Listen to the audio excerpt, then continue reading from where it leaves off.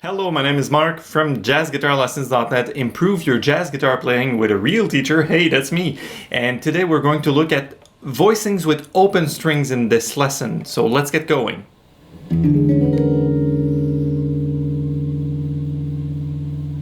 The goal of this video is actually to put a lick, in this case a chord, under your finger, and so that you don't really need to think about theory and go and fetch it. We're going to look at a concept and then we'll try to find more examples using that same concept so you can go and really gain something from this lesson.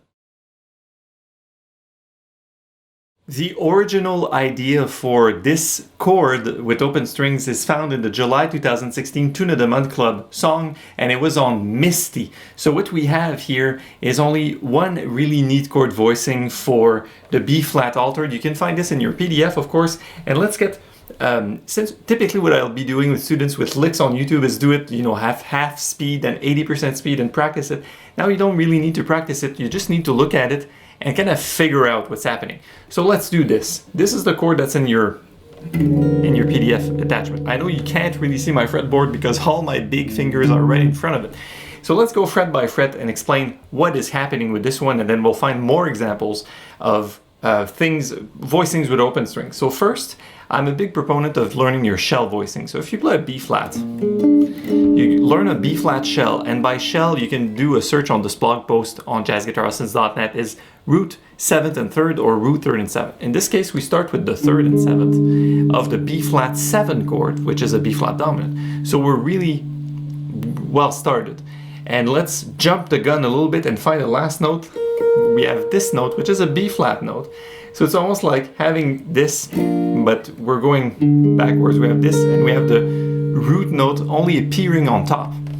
Next, we have the 6th fret on string 3 here, giving us, we'd say it's like a C sharp note.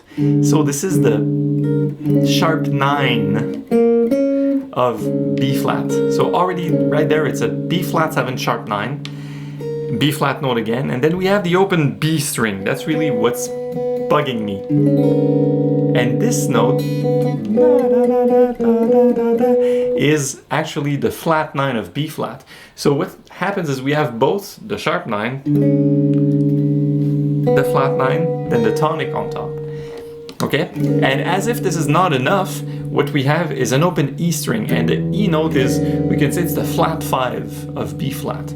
So since these chords are kind of, difficult to bear and difficult to hear, they lend themselves greatly to ending a song or ending a phrase.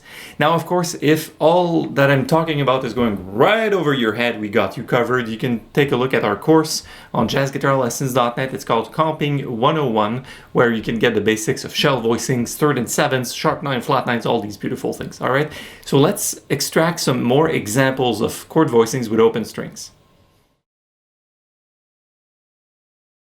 Let's look into example A, which is a voicing I got from messing around with the Days of Wine and Roses on an A minor chord. So the A minor is typically played like this, right? And if you let go and have your open B string once again, you can have these notes and then go and fetch that 7. So you have a 7th, a G, and a G. You have 2 Gs in the chord.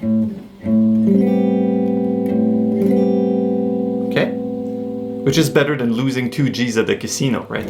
So this voicing lends itself super well to also using the open A bass to play it like this. And even as a guitarist, you might even do this simply.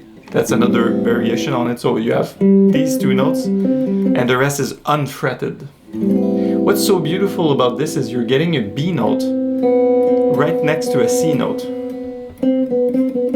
So the C is fretted and the B is not fretted. So this is a beautiful voicing that you can reuse, and you can experiment with it. Of course, see, I just changed a few notes. What if you change the bass note and say, hey, let's do this instead? This sounds really bad, but at least I've tried to find something that might give a surprising result. Let's jump to example B now. Example B is a G major sort of thing that you're omitting one of the notes. So this Garden Variety major 7 chord, right? What's interesting is students will learn it and go, yeah, okay, I know this. If you just add your top note top string, sorry, you get a 13 for free. And it's beautiful. And the other thing that is written in your PDF is actually you take out this B note and it becomes a G, an open G string, so you get... How nice is this? How nice is this, right? And one of the things I would do with this one also that is not in the PDF is change this note to an E, so you get already right there you have so many possibilities. Well, we know guitar is kind of tuned in a way that makes the G types of chords, G major chords, really friendly, you know, for strumming because we have neat open strings. And now let's look at example C in the PDF. Example C is an interesting E flat major chord, and you know your E flat major 7 like this. If you take the B flat note and you put it down to an A natural, what you get is this sort of chord, and this is Lydian, this is sharp 11, major sharp 11. So this chord is kind of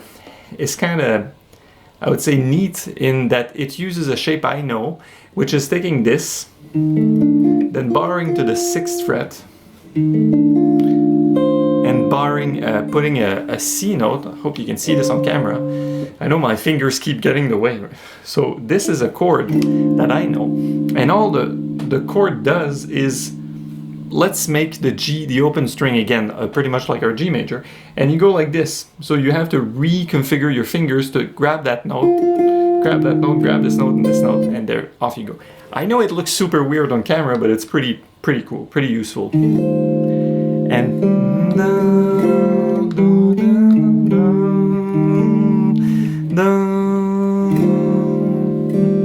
it's interesting because we get both the 3rd of the chord and the sharp 11.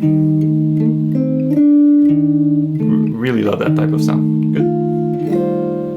Thanks for joining me in this jazz guitar lesson for using voicings with open strings. This is our number 12 hands-on jazz guitar video. I hope you like it. We always appreciate your comments and feedback, and of course questions, so you can comment right under this video. Head over to the blog post associated with this video so you can grab your free PDF and much more, many more lessons about chords if you're interested, or about improv, chord melody and songs.